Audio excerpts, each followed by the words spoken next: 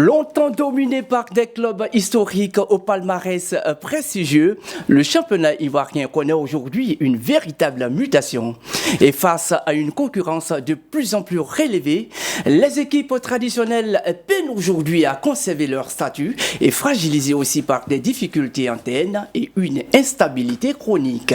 Et dans le même temps, de nouveaux clubs plus structurés et ambitieux émergent, bousculant l'ordre établi et redécidant progressivement le paysage du football ivoirien. Dès lors, une question s'impose. Les géants d'hier sont-ils en train de perdre leur place face à la nouvelle génération de clubs compétitifs? Oui, mesdames et messieurs, c'est le thème que nous allons débattre aujourd'hui tout au long de ce débat sportif. Et pour en parler, nous avons sur ce plateau des invités tels que Magloire Diop. Bonsoir et merci de répondre à notre invitation. Bonsoir Mesmer, c'est toujours un plaisir pour moi d'être sur ce plateau.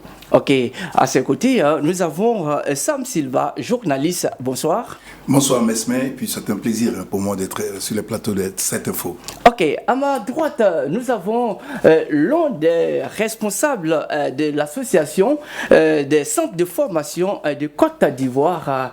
Oui, en la personne de Traoré Ahmed. Bonsoir. Bonsoir Mesmer, Merci. Très ravi de participer à ces débats. Ok, en tout cas, heureux également de vous retrouver aussi sur ce Merci. plateau.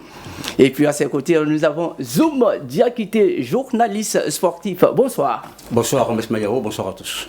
D'accord, mesdames et messieurs, après avoir fait le tour de ce plateau, et c'est avec eux que nous allons faire cheminer ensemble pour chercher donc à décortiquer cette thématique, oui, qui est d'actualité. Et pour réussir cela, nous allons subdiviser donc notre sujet en deux axes. Alors le premier axe, nous allons parler donc des fragilités internes des équipes traditionnelles face à un championnat plus exigeant. Et puis le deuxième axe, nous allons parler donc de l'émergence des jeunes équipes qui viennent de voir le jour dans nos différents championnats. Alors sans plus tarder, déjà nous allons commencer avec le premier axe, parlant donc des différents problèmes que les clubs historiques rencontrent et qui peinent aujourd'hui à pouvoir s'affirmer dans nos différents championnats. Alors selon vous, chers invités, pourquoi les clubs traditionnels ivoiriens, quand on parle de clubs traditionnels, nous avons la SEC Mimosa, nous avons le Stella, nous avons le Stade et aussi d'autres clubs qui ont fait le beau jour du championnat ivoirien tels que l'Astanda, le COE Sport, le Sacraboutou, le Réveil Club d'Aloa. Pourquoi est-ce que ces clubs peinent donc véritablement s'affirmer dans notre championnat? Nous allons commencer par Magloire Diop. Bon, mais vous conviendrez avec moi qu'on ne peut pas, en quelques mots comme ça, répondre à votre question. Je pense qu'au fur et à mesure, on va apporter des éléments de réponse. C'est ça. Mais ce que je peux dire, pour moi, la crise que la Côte d'Ivoire a connue en 2002 a reconfiguré le paysage du football ivoirien. D'accord. On a vu de nombreux clubs quitter leur base. Surtout de l'intérieur du pays, de telle sorte que la plupart des clubs étaient à Abidjan. Et on a également, cette année-là, on a également vu de nombreux clubs, comment on appelle, ou du moins de nombreux jeunes dirigeants avoir l'idée de créer des centres de formation à l'image de celui de la SEC Mimosa. Donc, puisque quelques années auparavant, en 1999, les jeunes de l'académie Mimo Sifcom avaient remporté la Super Coupe d'Afrique. Ils étaient entrés par face à l'Espérance de Tunis. Face à l'Espérance de Tunis, ils étaient entrés par la grande porte sur la scène du football ivoirien et du football africain. Donc, ça a donné des idées à de nombreux dirigeants qui ont voulu créer des centres de formation à l'image de celui de la SEC Mimosa. Et donc, cette crise-là a porté un grand coup au football ivoirien, notamment, pour moi, les problèmes de la fréquentation des stades. Le problème a commencé à partir de là. Donc, il y a eu des conséquences sur la billetterie, donc sur les entrées, les revenus des clubs, surtout les clubs dont vous parlez là, les grands clubs d'Abidjan, ceux qu'on appelle les barons. Et puis, à côté de cela, il y a les clubs de l'intérieur du pays qui n'avaient plus vraiment qui étaient un peu déboussolés, désorientés même, je dirais, et qui étaient obligés de se réinventer. Et puis, il y a eu maintenant ces centres de formation là, avec l'encadrement d'un grand technicien suisse qu'on a eu dans le temps, Walter Amann. Donc, ces centres de formation qui sont nés, qui étaient centres de formation et qui par la suite se sont érigés en clubs et qui sont venus transformer totalement ce paysage-là du football ivoirien.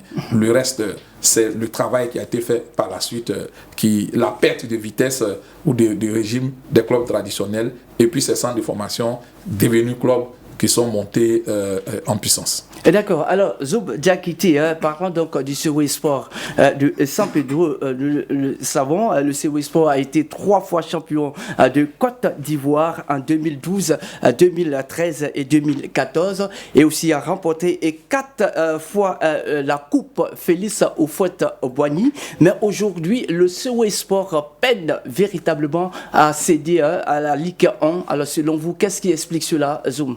Le COE est dans Ligue 2, le COE a même frôlé la relégation en D3. Vous savez, le football ivoirien est en pleine mutation. Le COE Sport de San Pedro reposait essentiellement sur les épaules d'une seule personne. On parlait donc de mécénat. Et quand on sait que le mécénat n'est jamais donc la formule idéale en football, quand tout repose sur les épaules d'une seule personne, au moment où cette personne-là connaît quelques difficultés, naturellement, le club subit donc les conséquences. C'était le cas donc du COE Sport de San Pedro qui a eu du mal donc à se réinventer.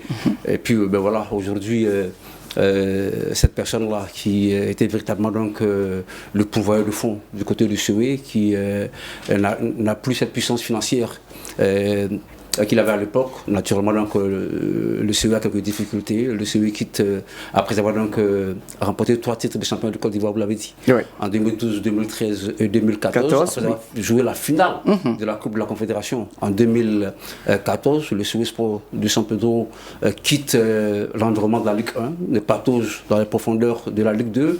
L'année dernière, le COE a même frôlé la relégation en D3. Il n'a pas frôlé, il était descendu. Ah oui, justement, il a frôlé parce qu'il y a eu cette mesure-là. Il y a cette mesure fédérale qu'il a maintenue en Ligue 2. Donc c'est simplement cette équipe-là qui a donc du mal à faire sa mue, une équipe donc, qui n'a pas pu se réinventer après donc, les difficultés financières. Donc celui-là qui était pratiquement l'homme à tout faire du côté du COE.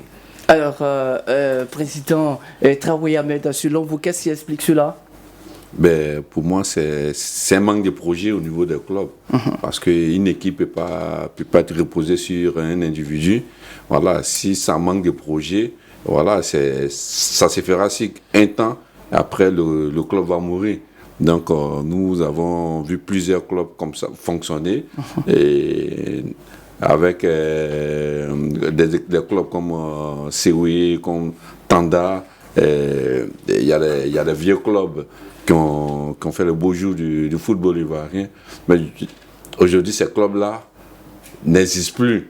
Et pour moi, un club sans un projet, ça n'a pas une longue vie. Voilà, et tout récemment, nous avons lancé un projet de recrutement des différentes zones, différentes villes. Voilà, mais ça n'a pas abouti parce que nos dirigeants d'aujourd'hui, les dirigeants d'aujourd'hui, ne sont pas dans les projets, ne sont pas dans une organisation parfaite. Et pourtant, aujourd'hui, un club, c'est une industrie. Il y a beaucoup de choses à mettre en place. Voilà, un club ne se gère pas sur les entraînements, les matchs chaque week-end, mais un club, c'est toute une organisation. Il faut structurer le club. On a les clubs qui ne sont pas structurés.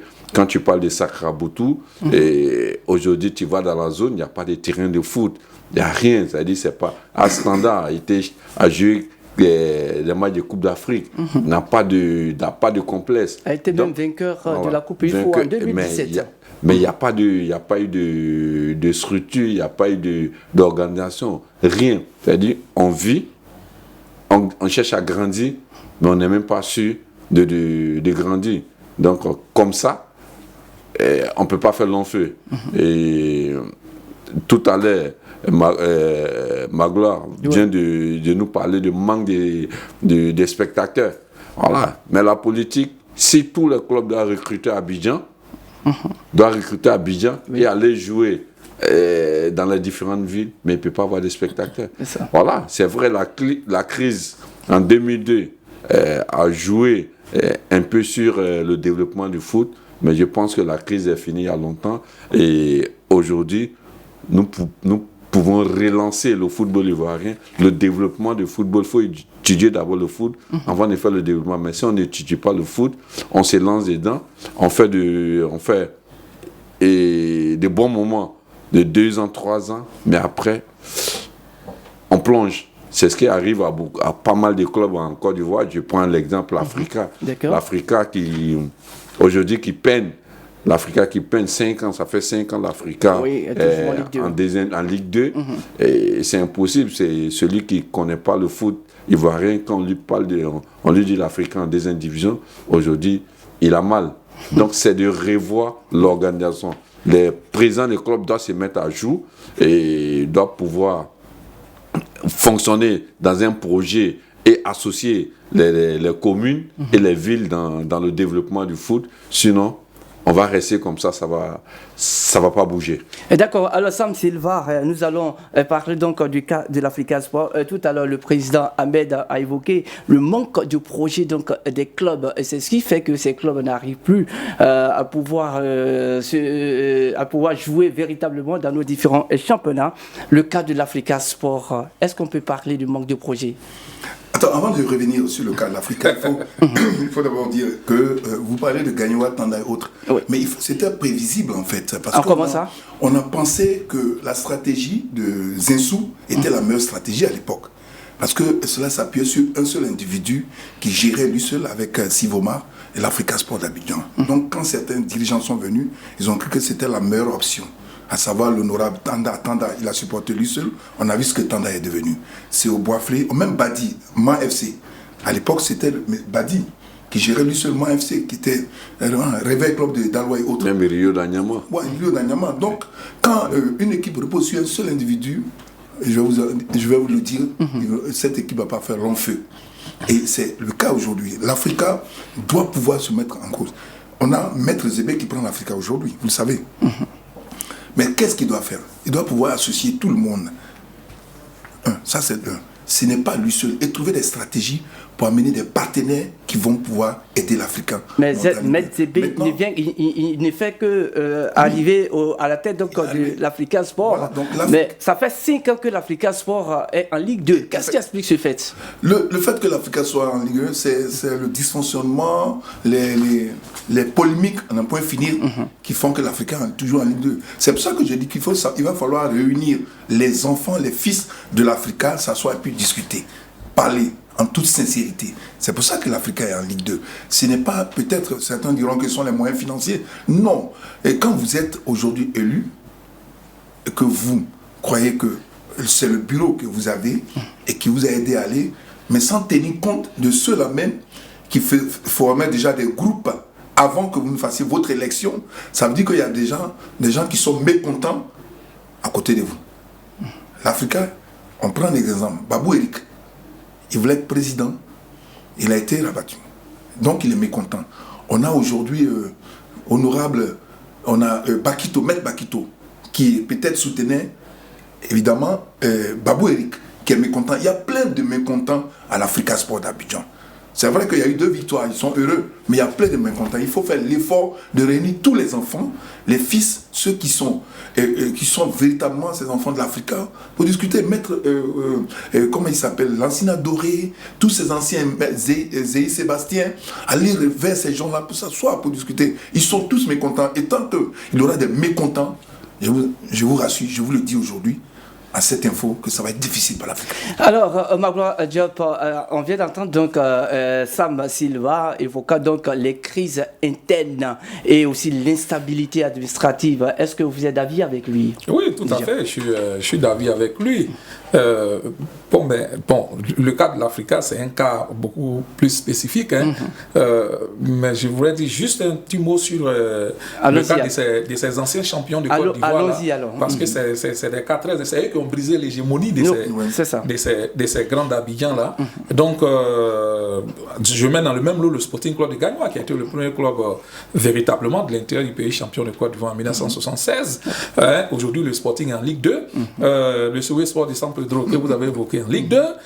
L'AS Standard, 2 fois de suite champion de Côte d'Ivoire en Ligue 2. COB. Donc, le COB n'a pas été champion de Côte d'Ivoire. Je m'arrête à ces 3 clubs-là. Tout à l'heure, je vous ai fait un peu l'historique. Oui, c'est ça. Ce sont des clubs de l'intérieur du pays. Et ces clubs-là, je peux dire que c'est le Sporting Club de Gagnoa qui a été un peu sauvé parce que le Sporting est resté à sa base. Mais le COE Sport a été presque délocalisé à Abidjan parce qu'aujourd'hui, on pense que certains ont déjà oublié que San Pedro était coupé de tout le reste de la Côte d'Ivoire. C'est pas possible, on ne peut même pas accéder à San Pedro. Et aujourd'hui, à la côtière, c'est facile. Mais avant, ce n'était pas ça. De telle sorte que le CEU était devenu un club d'Abidjan. Et donc, la Standard, c'est pratiquement la même chose. Donc, ces clubs-là ont souffert d'une structuration peu fiable. Et ces clubs-là, il y a eu une absence de patrimoine. Je pense que le coach Traoré Ahmed en a parlé. Il y a eu une absence de patrimoine. Et puis, ces clubs-là n'ont pas véritablement mis en place une politique de formation. Voilà. Ça a joué. Je passe sur ce qu'ils ont dit sur le mécénat. Là. Bon. Mais l'absence de politique de formation a joué. Parce que vous allez voir par la suite, dans ce que nous allons dire, c'est la formation qui sauve beaucoup de clubs. Donc, il y a eu l'absence de politique de formation. Et puis ensuite, les mauvais résultats sportifs se sont enchaînés. Et évidemment, ça a précipité la chute de ces 3 clubs-là aujourd'hui qui végètent dans la Ligue 2 et qui cherchent à se relancer. Pour ce qui est de l'Africa Sport, vous me demandez là les raisons de l'appel du régime de l'Africa Sport. C'est ça. Je suis d'accord avec vous, je suis d'accord avec ce que ça m'a dit. Il y a cette instabilité-là, et puis les crises successives qui ont fragilisé l'Africa Sport. Mais parmi les autres péchés de l'Africa Sport, c'est pas tout. On peut noter également un patrimoine inexistant. Voilà, je pense que Zoum Diakité a évoqué un peu la question. Un patrimoine inexistant au niveau de l'Africa Sport. Et de telle sorte qu'aujourd'hui, l'Africa Sport, c'est un club peu attractif. Peu attractif. Quand il y a trop de palabres, quand il y a trop de bruit, l'Africa Sport, je me souviens une année, a lancé une fatwa sur, comment on appelle, une société de téléphonie mobile sponsor du championnat de Côte d'Ivoire. Mais c'est très grave. C'est très grave. Les supporters de l'Africa Sport s'illustraient par un hooliganisme en un point fini. Je me souviens des casses, des chaises au Champrou et tout ça. Mais ce club, c'est un club qui faisait peur. C'est un club qui faisait peur et qui était en train de perdre son lustre d'antan. Donc, voici un peu des choses qui ont précipité l'Africa Sport et une absence de politique de formation au niveau aussi de l'Africa Sport. Il n'y avait plus d'équipe de jeunes. Donc, quand tu ne formes pas, tu vas mourir. Ça, c'est clair. Le football, il ne ment pas. Et ensuite, au niveau de l'Africa Sport, il y a également ces mauvais résultats sportifs qui se sont enchaînés. Et puis, bien sûr, la Ligue 2 qui est intervenue, mais dans des circonstances un peu particulières. Mais disons que c'est l'Africa Sport même qui a prêté le flanc pour qu'il en arrive jusque-là. Donc, voici un peu ce qui a amené l'Africa Sport là. Et donc, à cet état ayant identifié ce mal-là, je pense que aujourd'hui, les dirigeants de l'Africa qui sont là ont tiré les leçons. Comment on appelle le slogan de Maître Guillaume Zébé, c'est quoi? Bâtissons aujourd'hui pour gagner demain. Il a tiré les leçons. Un club qui n'a pas de patrimoine, un club, comment on appelle, qui est obnubilé par les résultats immédiats, un club qui ne forme plus. Avant, l'Africa formait, l'Africa ne forme plus. Et donc tout ça, il faut revoir. Et c'est ce qu'ils sont en train de chercher à revoir aujourd'hui. Et je terminerai par dire que, cependant, le club, il a des atouts. Voilà, il a des atouts. Et son premier atout, c'est sa fanbase. Mais c'est la meilleure fanbase de Côte d'Ivoire. Je ne sais pas s'ils sont les plus nombreux. Mais franchement, c'est les meilleurs supporters de Côte d'Ivoire. Et ils sont d'une fidélité, d'une loyauté au club. Aujourd'hui, on a cité, et tout à l'heure, ça m'a parlé de certains qui sont mécontents, mais ils continuent de participer à la vie du club. Donc, une fanbase fidèle et solide. Et puis, également, ce club-là, n'oublions pas, il a un passé prestigieux. Oui. Les supporters de l'Africa Sport disent qu'ils sont le club le plus titré de Côte d'Ivoire. Bon, ça c'est discutable, mais on ne peut pas leur refuter. On peut pas leur refuter les trophées qu'ils ont gagnés. Ils ont gagné deux coupes, des vainqueurs de coupe. Ils ont gagné une super coupe d'Afrique. Ben, malheureusement pour eux, ils n'ont pas pu gagner celle qui compte, selon moi, la Champions League en 86, l'Africa Sport a perdu en finale ici à Abidjan devant les Zamalek. Oui. Donc, son passé prestigieux. Et puis, il y a cette volonté-là de reconstruire qui est incarnée par les dirigeants actuels, mais Guillaume Zébé et son équipe. Alors, Zoum Diakité, tout à l'heure, Magloire Diop a évoqué le fait que l'absence de patrimoine agit forcément sur les résultats donc, de l'Africa Sport. Est-ce que tu es d'accord? Ah oui, c'est indiscutable. Quand un club de la trempe de l'Africa Sport d'Abidjan doit louer donc, un terrain pour ses entraînements. Pas forcément l'Africa Sport, hein, les autres clubs. Pas de l'Africa, parce que l'Africa, quand même, c'est un club d'un certain standing, quand même. Un club qui a remporté 2 fois la Coupe d'Afrique des vainqueurs de coupe, qui a remporté la Super Coupe, plusieurs fois champion de Côte d'Ivoire, qui aujourd'hui doit attendre qu'une équipe finisse de s'entraîner avant de s'entraîner.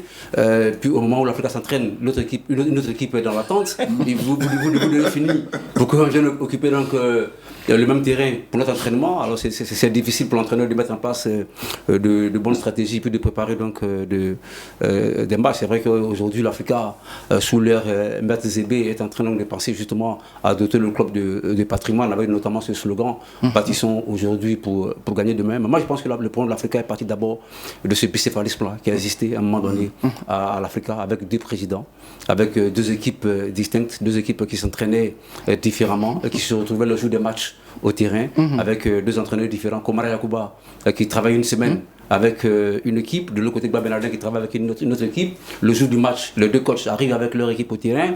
Celui-là donne 9 joueurs, l'autre donne 9 joueurs pour faire le 18 sur la feuille de match, ça ne peut pas payer.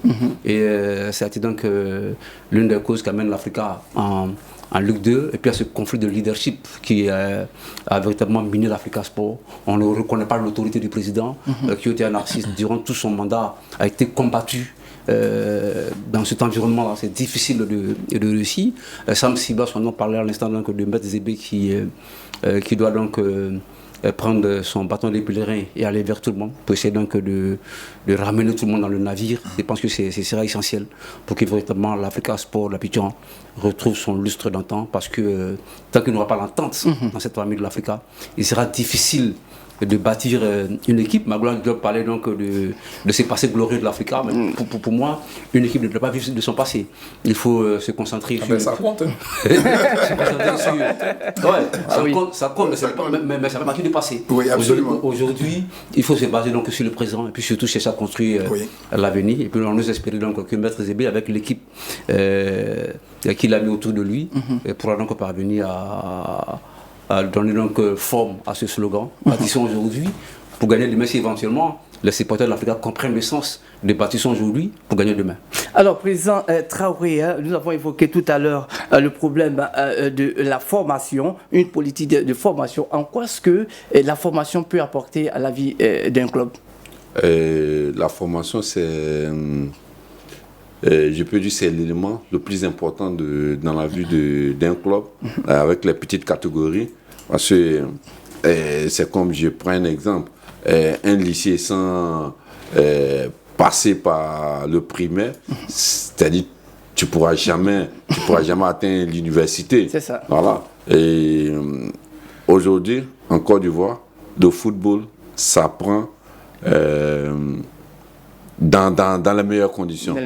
C'est vrai, parce que nous avons l'association des centres de formation et académies de Côte d'Ivoire et nous travaillons pour servir les clubs, mais au même moment, on n'arrive pas à servir le club parce qu'il n'y a pas une fidélisation qui s'est créée, et ces gamins-là, aujourd'hui, se retrouvent dans les différents pays de la sous-région. ça nous fait mal, ça nous choque parce qu'on n'est pas assisté, on n'est pas suivi par les présidents des clubs. Et je disais tantôt, nous avons lancé un tournoi, une compétition qu'on a dénommé Foot Impact, et nous avons tourné sur toute la Côte d'Ivoire. L'idée, c'était de servir les clubs avec les joueurs de la ville. Nous avons sorti des sélections de chaque club, c'est-à-dire d'Abidjan, sud d'Abidjan Nord, jusqu'à au nord de la Côte d'Ivoire, l'ouest de la Côte d'Ivoire, il y a eu toutes les sélections.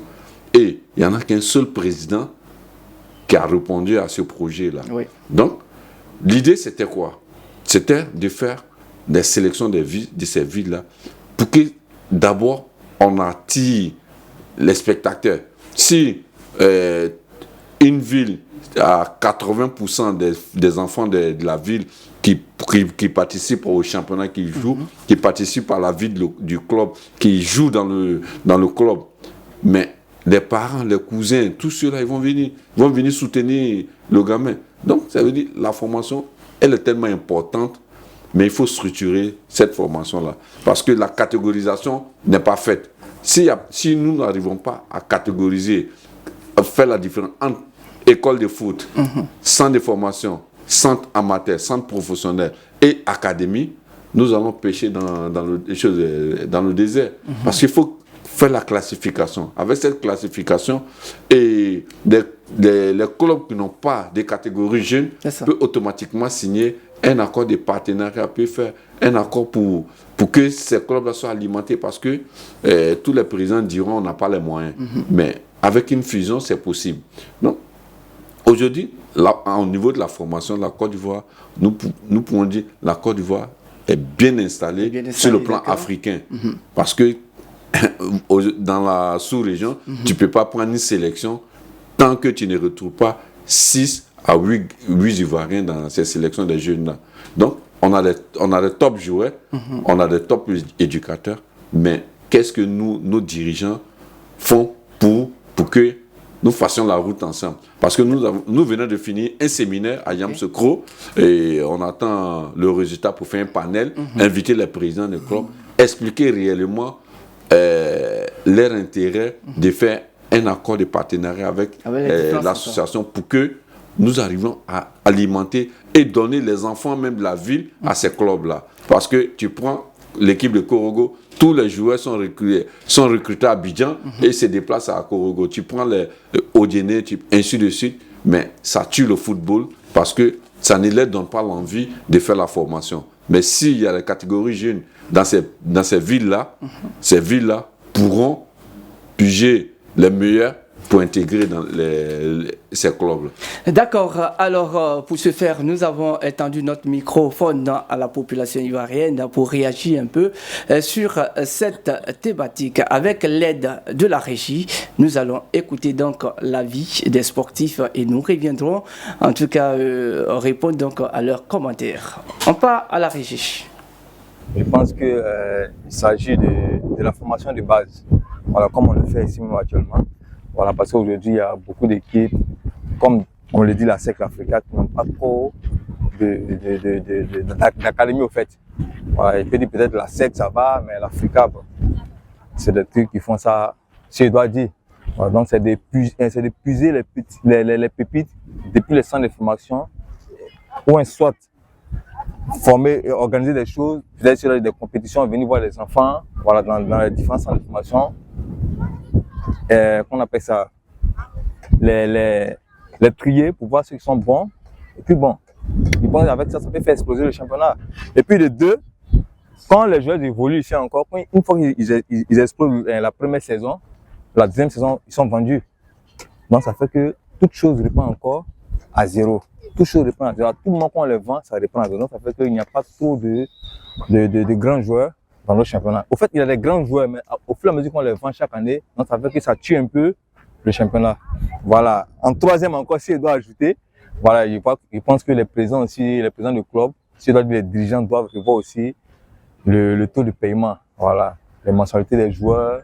Ça fait que aussi d'autres joueurs cherchent à aller jouer au plus souvent à l'étranger. Je pense bien qu'il faut d'abord résoudre le problème des personnes. Voilà, le problème des personnes. Et ensuite, essayer de ramener une bonne organisation au sein de l'Africa. Je pense que si cette organisation est mise en place et que ce problème de personnes est réglé, l'Africa va carrément remonter. Je pense que c'est ça qui est le souci de l'Africa. Voilà. Maintenant, bon, au niveau de la SEC, je pense bien que les joueurs ne durent pas trop sur le plan national. Après la formation, lorsque les joueurs brillent un peu, on les vend. Et quand c'est comme ça, ça crée un déficit au niveau des joueurs. Ça crée une fracture. Et on essaie de donner plus de moyens aux différents clubs.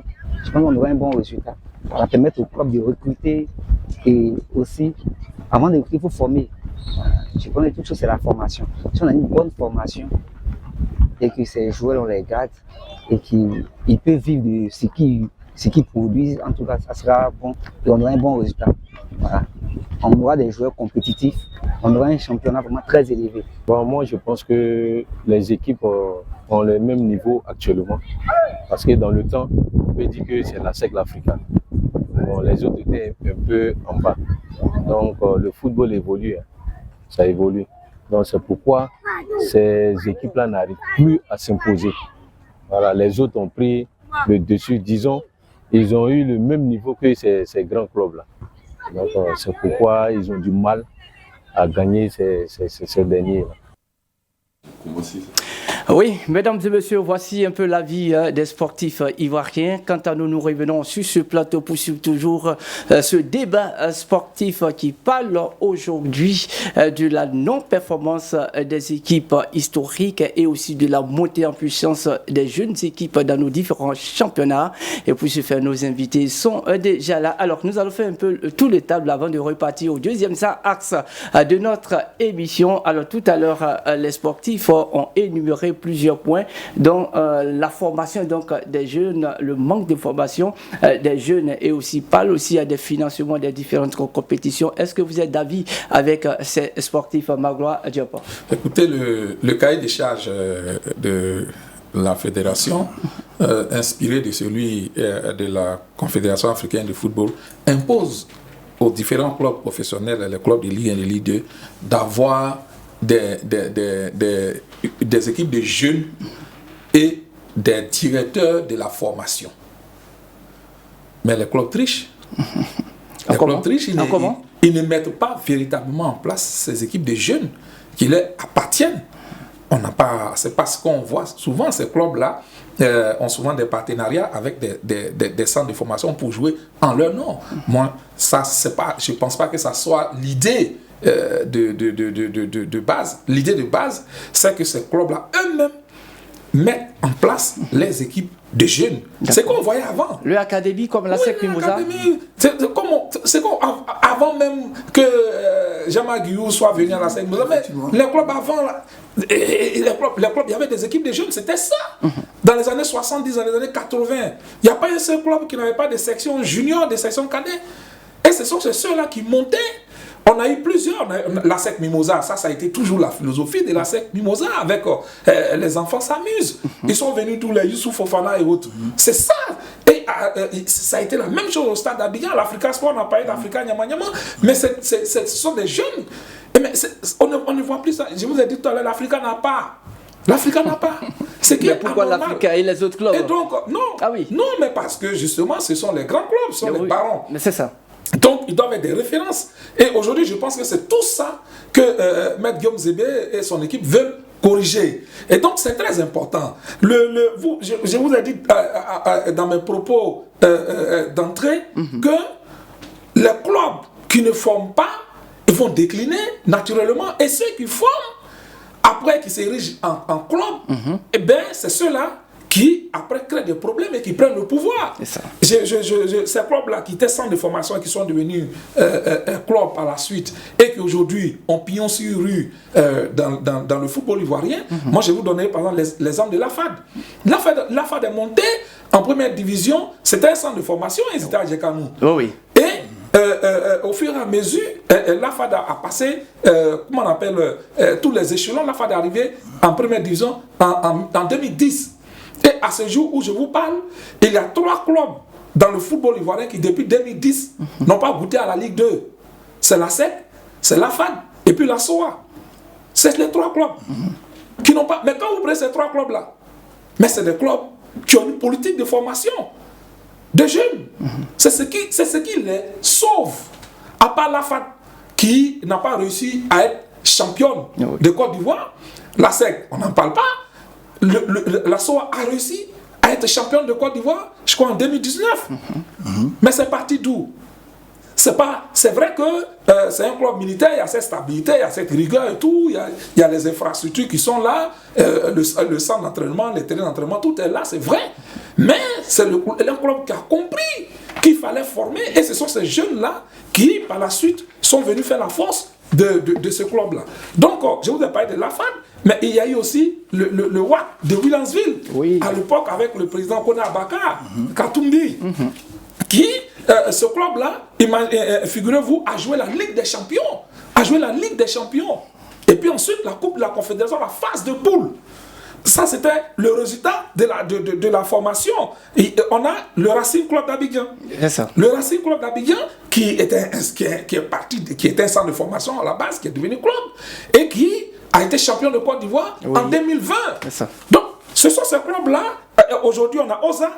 C'est vrai qu'ils viennent de sortir de deux défaites, c'est dommage, mais ils étaient sur une série de 8 matchs sans défaite. Et s'ils n'avaient pas aligné ces 2 dernières défaites-là, ils seraient peut-être aujourd'hui 2e du championnat. C'est au 6e pour le moment. Voilà, donc ça fait qu'ils ont décliné un peu, ils sont descendus un peu. Donc, Oza, on a aussi Sol FC, ce sont des clubs d'Abobo. Ce sont des clubs d'Abobo qui sont soutenus par la municipalité. Tout à l'heure, je pense qu'il y a quelqu'un qui a parlé de la municipalité, ils sont soutenus par la municipalité, mais c'est d'abord cette politique de formation-là qui fait que ces clubs-là embêtent tout le monde. Bon, je m'arrête sur eux. D'accord. Mais là, je termine par la SEC Mimosa pour dire, si la SEC Mimosa aujourd'hui tient un peu debout, mais c'est son centre de formation. C'est vrai qu'il y a sa structuration, mais la politique de formation de la SEC a beaucoup sauvé ce club-là, puisque cette politique de formation-là leur a permis, en termes de transfert, d'avoir des revenus, donc de vendre des joueurs et d'avoir des revenus pour construire le club. Et puis ensuite, ces jeunes-là ont été intégrés dans les différentes équipes et ont maintenu le club. Donc voici pourquoi je dis que cette politique de formation est importante. C'est que des clubs comme l'Africa Sport, le Stella Club et le Stade d'Abidjan n'ont pas mis en place et souffrent. Bon, aujourd'hui, ils essaient de rectifier le tir. D'accord. Alors, nous allons aborder, mesdames et messieurs, le deuxième axe de notre émission, parlant donc de la montée en puissance des jeunes équipes qui viennent de voir le jour. Alors, selon vous, qu'est-ce qui explique cette montée en puissance de ces équipes? Quand on prend le cas, et tout à l'heure, Magloire Diop a évoqué le cas de Oza, d'Abobo, Sol FC. Nous avons également en Ligue 2, Leader Sporting Club, et puis nous avons également aussi OFC Adiaké et bien d'autres. Alors, qu'est-ce qui explique la montée en puissance donc, de ces équipes-là dans nos différents championnats? Alors, Président. Pour moi, je dirais que ces présidents-là connaissent la formation. Comme venait de dire le doyen Magloire, ces présidents connaissent la formation, ils ont eu des catégories jeunes, ils se sont donnés, ils étaient d'abord sans des formations ou académie avant de devenir club. Par manque de compétition des jeunes, d'autres sont devenus club et ils ont une autre vision, ils ont envie de bien faire. C'est vrai, et gérer un club avec les catégories jeunes, ça a besoin d'assez de moyens, mais ça te facilite aussi le recrutement, puisque la réserve ou les juniors pour intégrer l'équipe première, c'est-à-dire automatiquement tu as une visibilité. Donc, ce sont ces clubs-là, aujourd'hui, qui font le bon jeu du football. Mais je vous promets, jusqu'en 2030, nous verrons ces gens de clubs-là en Ligue 2, en Ligue 1. Peut-être, on ne verra même plus ces clubs qui travaillent dans l'improvisation, les présidents qui ne cherchent pas à se cultiver, qui ne cherchent pas à se former et à se professionnaliser.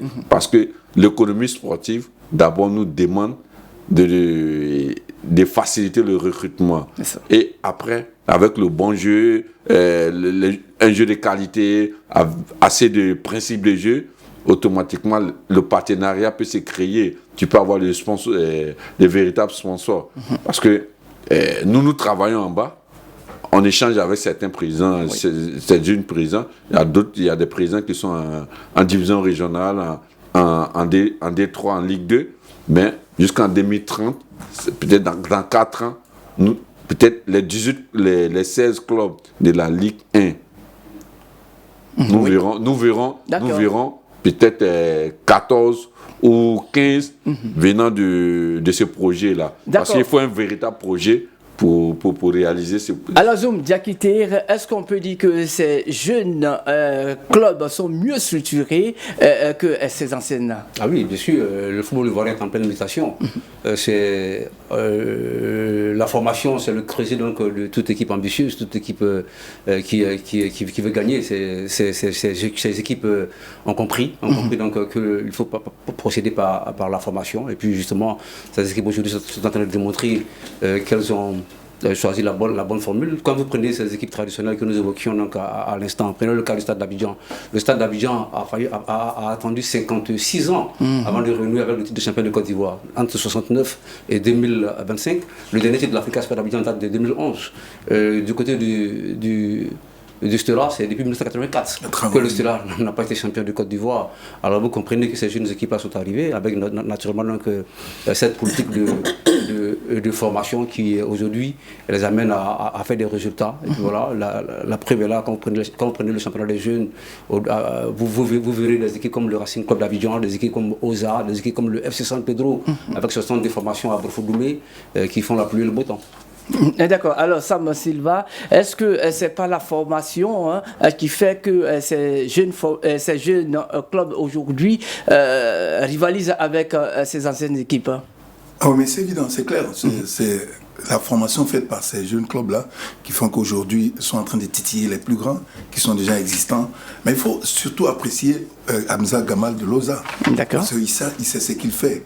Et puis, il faut le dire que souvent, les équipes nantis, qui sont les équipes traditionnellement dans le championnat, on le dit, n'ont pas cette stratégie marketing pour aller coopter peut-être des partenaires pour venir ici, en Côte d'Ivoire, et comment s'entendre pour travailler ensemble. Par exemple, je prends un cas comme l'Africa Sport d'Abidjan, qui s'habille par exemple le cas que je connais mieux. Ouais, en vert rouge. Il y a Sedan en France qui joue en vert rouge. Vous voyez, c'est pratiquement la même couleur.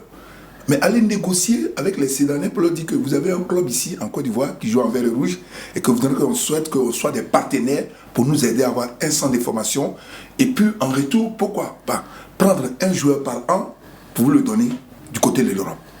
Ça, c'est une possibilité. Donc vous voulez dire que ces anciennes équipes manquent de politique de partenariat. Voilà, partenariat. Parce que le centre de formation, en tant que tel, doit être soutenu financièrement. C'est ce qui fait la force de la SEC Mimosa et certains clubs que c'est. Oui.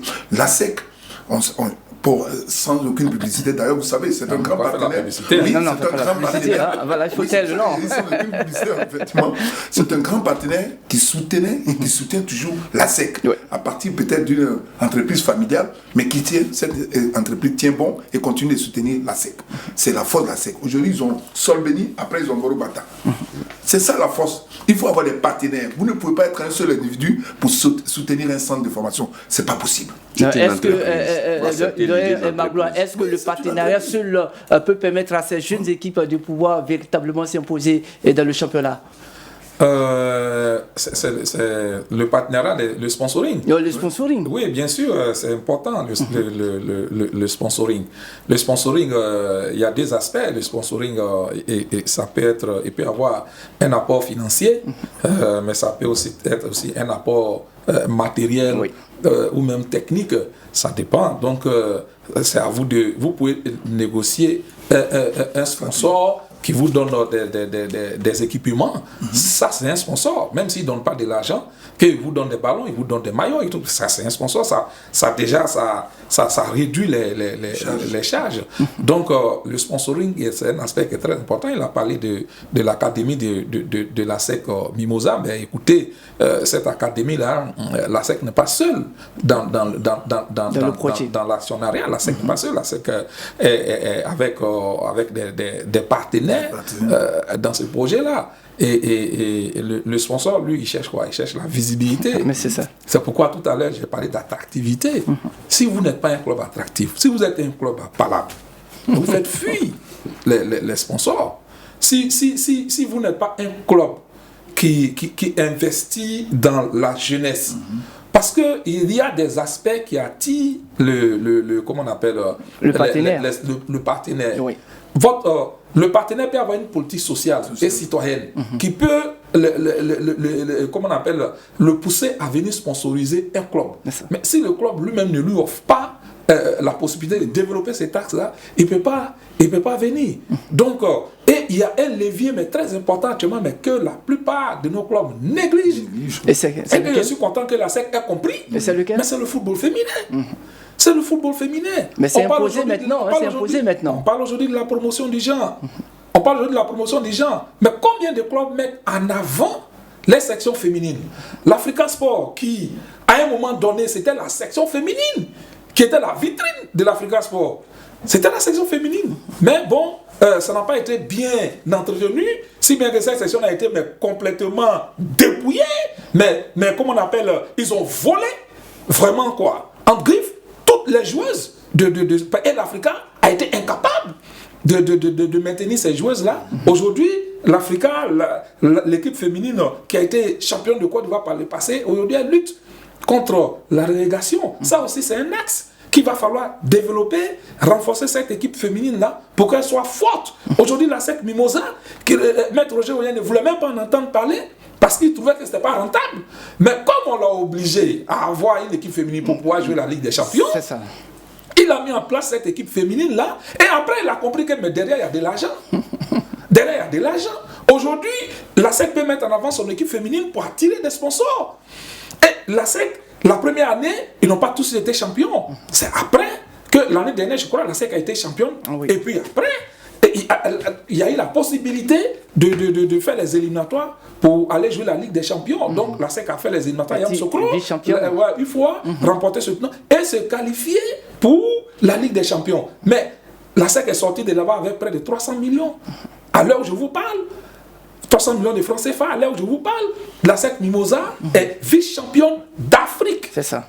Vice-championne d'Afrique. C'est-à-dire que la section féminine même fait mieux que les garçons. C'est ça.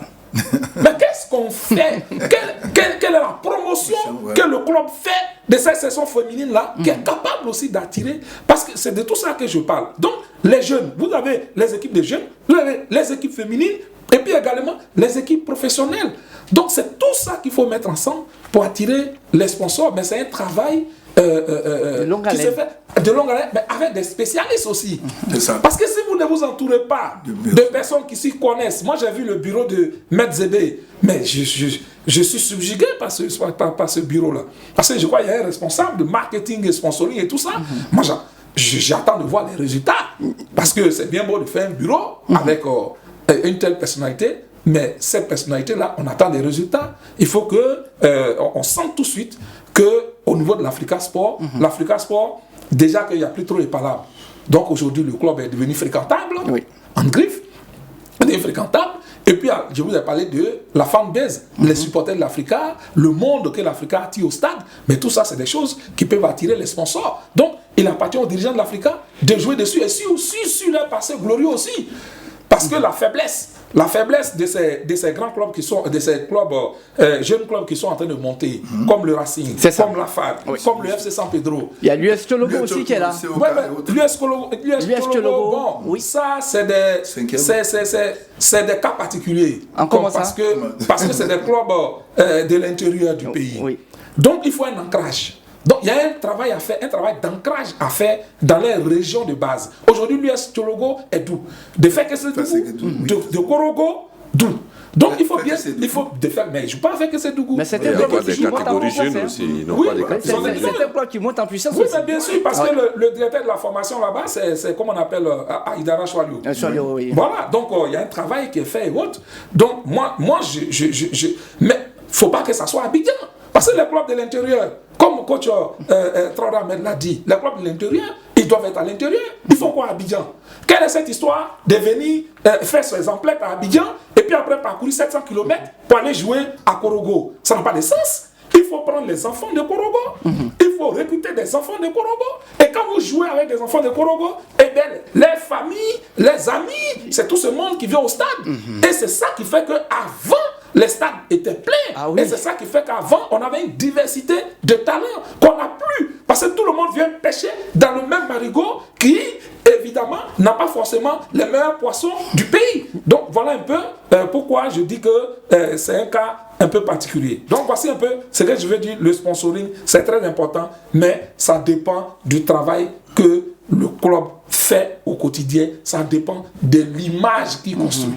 D'accord, on me dit que le temps nous presse, nous tendons vers la fin de cette émission et c'est pourquoi nous allons faire un peu le tour des tables, hein, voilà, pour que chacun puisse donner sa recette hein, et que ces clubs-là puissent revenir normalement dans nos différents championnats. Et nous allons commencer par le formateur qui est le président donc, de l'association des centres de formation du Côte d'Ivoire et aussi des académies. Alors, président, votre recette pour que désormais nos championnats puissent être au niveau standard international?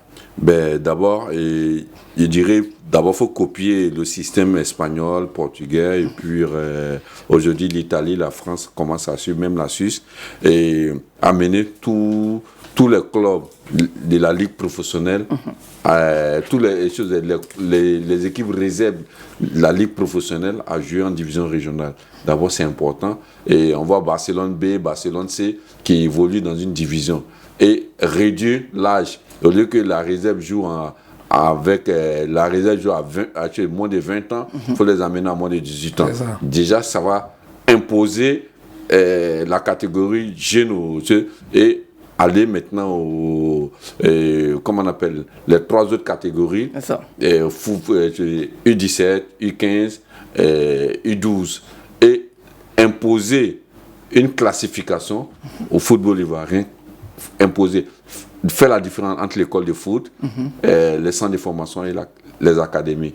Tant que ce n'est pas fait, nous allons tourner en rond et on n'aura pas de bons championnats. C'est ça. Et amener les présidents des clubs vraiment, véritablement à comprendre le foot. Parce que aujourd'hui, il y a beaucoup de présidents qui se contentent de la subvention, ne cherchent pas à développer, ne cherchent pas à aller au-delà du développement du foot. Sinon, le Sénégal et le Sénégal, Burkina, Mali n'est pas meilleur que nous. Mais aujourd'hui, nous voyons au Sénégal, les gens ils arrivent à faire, avec les moins de 18 ans, des transferts de 3-4 millions d'euros. D'accord. En tout cas, merci beaucoup à vos présidents. Alors, Zom Diakité, votre recette?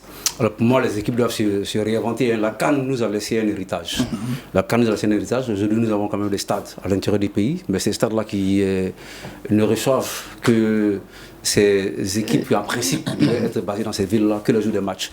Alors que, souvenons-nous en 87, quand l'équipe de Bouaké, l'ASCB, remporte la Coupe de Côte d'Ivoire, la ville de Bouaké se reconnaissait en l'ASC Bouaké qui était basée à Bouaké. Mais aujourd'hui, l'ASC d'Abengourou a remporté, je crois en 88 également, la Coupe de Côte d'Ivoire. Là, on avait l'effervescence dans les rues d'Abengourou parce que la population se reconnaissait en cette équipe-là, parce que l'équipe vivait à Abengourou. Aujourd'hui, toutes les équipes sont à Abidjan. En dehors de l'équipe de Bouaké, l'équipe du président Diabaté, ici à Bouaké FC, en dehors du Bouaké FC qui est basé à Bouaké. Mais les joueurs sont d'Abidjan. Ça fait une difficulté aussi pour le club. L'équipe s'entraîne à Bouaké et joue à Bouaké. Les joueurs vivent à Bouaké. En dehors de Bouaké FC, toutes les équipes sont habitants. Le Sogorgo s'entraîne à l'université et va jouer à Korogo. La population de Korogo ne se reconnaît pas en cette équipe du FC San Pedro. Le FC San Pedro est à Borfoudoumé. On va à San Pedro juste pour jouer la ville de Sogorgo. Même le CE. Même le CE, etc. Donc véritablement, il faut utiliser l'héritage que la CAN nous a laissé. D'accord, Sam Silva. Oui, il a dit, Zoum l'a dit, qu'il faut vraiment profiter de l'héritage que la CAN nous a laissé. Et surtout, il faut avoir un regard sur la gestion des différents présidents. Surtout, il faut créer une structure qui va pouvoir voir la gestion des différents présidents. Parce que ça aussi, c'est la problématique au niveau des finances. Quand il n'y a pas de retombées financières, vous voyez que les clubs descendent systématiquement. Il faut faire l'effort d'avoir un regard sur ça. Moi, je crois qu'aujourd'hui, avec ces infrastructures sportives que nous avons fiables, qui sont partout, il faut retourner dans votre base et puis voir comment vous allez pouvoir faire. Et on va retrouver, comme on avait plaisir à voir dans le stade de Feu-Boigny, c'est au Boisflé Africa Sport un soir. où il y avait assez de monde au stade. Ça, je me souviens encore de ce match.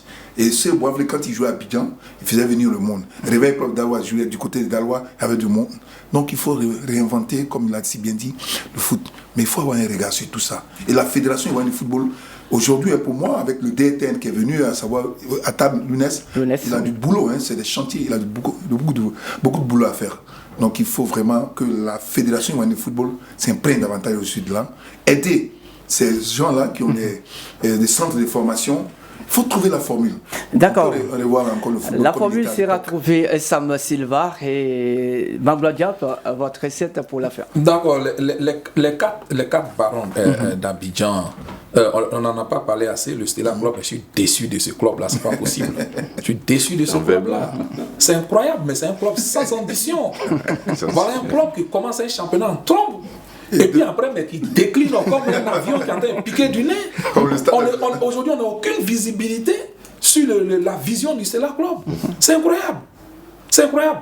Il faut vraiment que, alors que Stella Club d'Adjamé et son patrimoine, son centre d'entraînement est à Aboville. Quelles sont ces histoires? Mais avant, les Magnans, c'est Adjamé. Bon. Ça, on n'en a pas parlé assez bon. Peut-être qu'un autre jour, on aura l'occasion de parler de ce club-là. Donc, là, c'est un manque d'ambition. Le stade d'Abidjan, encouragé. Il faut encourager le stade d'Abidjan. Je viens de finir la complexe. Franchement, ils sont encouragés. Ils sont encouragés, ils sont en train de faire du bon boulot, encouragés. ASEC Mimosa, oui, ça c'est vraiment la locomotive. L'Africa Sport a encouragé. Parce qu'ils ont compris maintenant qu'il n'y a rien dans les palabres. Donc, il faut laisser les dirigeants actuels travailler. Ceux de l'intérieur du pays, retournez à vos bases. Parce que c'est ça votre richesse. Retournez à vos bases. Vous aurez du public et ce public va vous donner de l'argent avec la billetterie. Maintenant, les jeunes clubs, les centres de formation et autres, il faut qu'ils se structurent mieux et qu'ils mettent en place une bonne politique de sponsoring pour diversifier les sources de revenus. En tout cas, merci beaucoup Magloire Diop. Merci également à Sam Silva. Merci à Zoub Diakité. Et merci également au président de l'association des centres de formation et académies de football de Côte d'Ivoire, Traoré Ahmed. Merci également à tous les téléspectateurs qui nous ont suivis. Mesdames et messieurs, ce qu'on peut retenir, c'est que le championnat ivoirien est entré dans une nouvelle ère où le prestige et l'histoire ne suffisent plus pour dominer et les clubs traditionnels fragilisés surtout par des crises internes et aussi des difficultés financières et aussi un manque de stabilité sont désormais confrontés à une concurrence plus organisée et plus ambitieuse et l'émergence de nouveaux clubs compétitifs confirme aussi la transformation du paysage footballistique national. Pour rester au sommet, les grandes équipes d'hier devront impérativement se réinventer et se professionnaliser et bâtir aussi des projets solides. Faute de quoi, elles continueront de subir la loi des nouveaux acteurs du championnat. En tout cas, merci de nous avoir suivis. Mesdames et messieurs, c'est ici que nous arrêtons pour aujourd'hui. Nous avons été très ravis surtout à vous présenter cette émission de débat sportif. Et si plaît à Dieu, la semaine prochaine, nous serons encore ensemble pour d'autres sujets. Portez-vous bien. L'information continue sur cette info et cette info.ci. Au revoir.